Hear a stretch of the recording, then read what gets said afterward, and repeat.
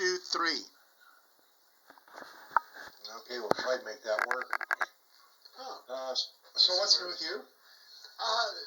Just been working and writing a lot of articles for 4 magazines and 1 newspaper. So I've been keeping busy with that, and I just wrote a really nice article about the Appalachian Mountains and all the paranormal activity over there. And I don't see Tim. Tim's not around here. Huh? No, and my producer says that we have to go. Okay, all right. All right, but I did send him everything, and so Craig, I know I got your nasty message over here. So here we go, Paul. If he comes on, we'll bring him on, okay? Okay, sounds good. Okay, stand by 15 seconds.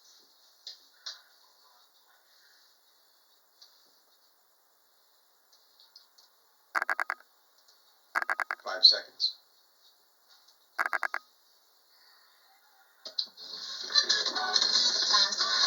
All Hit Radio.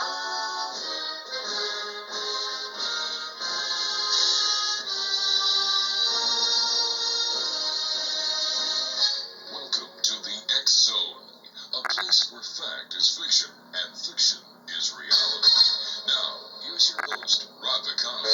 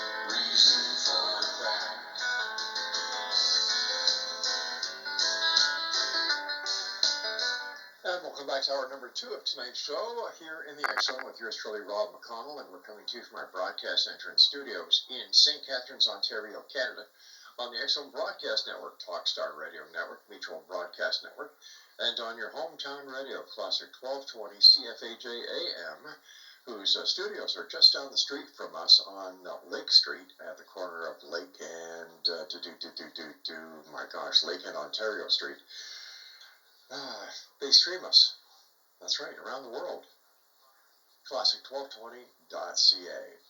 Well, tonight's second hour and another thrilling episode here in the X Zone, where the unknown becomes known. Well, sometimes, not all the time. In this hour, we dive deep into the mysterious world of the paranormal with our special guest, Paul Dale Roberts, the founder of Halo Paranormal Investigation. With years of experience unraveling the secrets of the supernatural, Paul will share spine-chilling encounters, the techniques used in ghost hunting, and the latest findings from some of the most haunted locations. All right, X Zone Nation, so listen, this is what I want you to do. Turn down the lights, settle in, and prepare to journey back here into the X Zone on the X Zone Radio Show with yours truly, Rob McConnell, and my special guest, Paul Dale Roberts, of, he's in California, and he's from Investigations. And Paul, welcome back to the X Zone. Thank you, Rob. Love being here. I thought maybe you were abducted by aliens because you were so quiet. No, not quite. But I wish I was, because I like to get some answers. Okay, Paul. Tell me, I've had you on the show a number of times, but we do have a lot of new affiliates and networks that are with us now. So can you tell us about your background and how you became involved in the paranormal and paranormal investigations? Well, as a young child, I lived on Effie Street in Fresno, California, and the house that I lived in was very haunted. The entities were centered on me. They even pushed me into a heater. They were calling my name and mimicking my mother's voice. So it sounded like she was saying, and they were calling me by my middle name, Dale. That's why my parents called me Dale. And she was saying, Dale, come here, Dale, come here. She was trying to entice me to go into that orange grove. If I went into that orange grove, I would have probably wind up missing or jumping into a portal for all I know. As I got older, I started reading books on the paranormal because I wanted to know the things that happened to me at that house. Was it childhood nightmares, or did I actually witness something paranormal? So I was reading books by Brad Steiger. I got into Chariots of the Gods with Eric von Däniken, and just wanted to know. And as things turned out, I went into the Army. I was working with the drug suppression team. I was an MP, military policeman, working undercover narcotics in Germany. That's where my investigative skills came in. And so I was traveling throughout Germany buying drugs for a CID, Criminal Investigation Division, drug suppression team. And then I got out in 76. From 76, 79, well, believe it or not, I was this popular disco dancer with the Guinness Book World Records of dancing 205 hours. And in 1979, disco died. I went back into the Army. I went military intelligence. I was a 97 Bravo intelligence analyst. And while there, on one particular day, 6 photographs came in of what appeared to be UFOs taken by our reconnaissance satellites. And they were part of a bigger picture. Each photo was part of a video of what these satellites captured, and was 6 different type of UFOs. And on the back of the photograph it said intelligent movement. So I knew at that point in time that military intelligence knew something about UFOs.